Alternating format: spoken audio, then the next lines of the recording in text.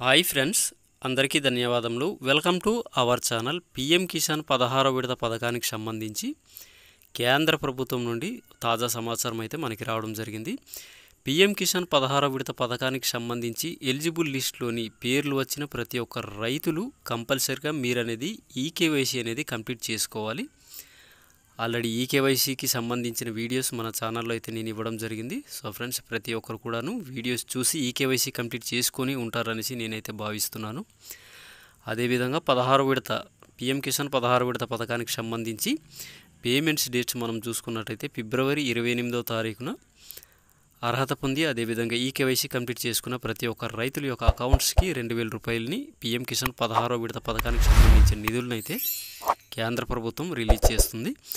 So friends, ఈ తరుణంలోని ప్రతి ఒక్క రైతు కూడాను మీ యొక్క బ్యాంక్ అకౌంట్కి అనేది ఆధార్ కార్డ్ లింకప్ అనేది కంపల్సరీగా చేసుకోవాలి. బ్యాంక్ అకౌంట్కి ఆధార్ కార్డ్ మ్యాపింగ్ అనేది కంపల్సరీగా చేసుకోవాలి.